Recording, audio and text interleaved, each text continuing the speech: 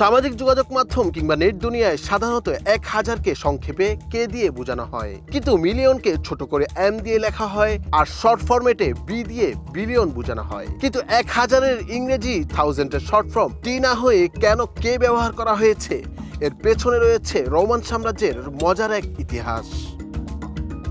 সংখ্যাকে যদি সংক্ষেপে হাজার দিয়ে প্রকাশ করতে হয় তবে এই জন্য ইংরেজি অক্ষর কে ব্যবহার করা হয়। বর্তমান ইন্টারনেট যুগে এটির ব্যবহার আরও বেড়েছে। অধিকাংশ সামাজিক যোগাযোগ মাধ্যমের প্ল্যাটফর্মগুলোতে ব্যবহারকারীর সংখ্যা বা ভিউ কিংবা অর্থ গণনা করতে হাজার সংখ্যাটি বোঝাতে ইংরেজি অক্ষর কে ব্যবহার করা হয়।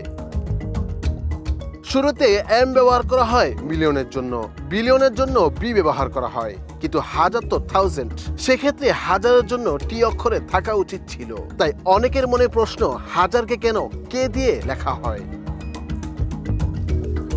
ভারতীয় সংবাদ মাধ্যম নিউজ 18-এর এক প্রতিবেদনে জানানো হয়, হাজার বোঝাতে কে ব্যবহারের একটি নির্দিষ্ট কারণ রয়েছে। নেপথ্যের এই কারণটি বেশ মজারও। অতীতে অনেক পশ্চিমা দেশ গ্রিক ও রোমান সংস্কৃতি দ্বারা প্রভাবিত ছিল। হাজারের জন্য কে অক্ষরের ব্যবহারও সে সংস্কৃতি থেকে এসেছে। গ্রিক ভাষায় চিলিও মানে হাজার, যেখান থেকে এই প্রতীকটি এসেছে বলে ধারণা করা হচ্ছে।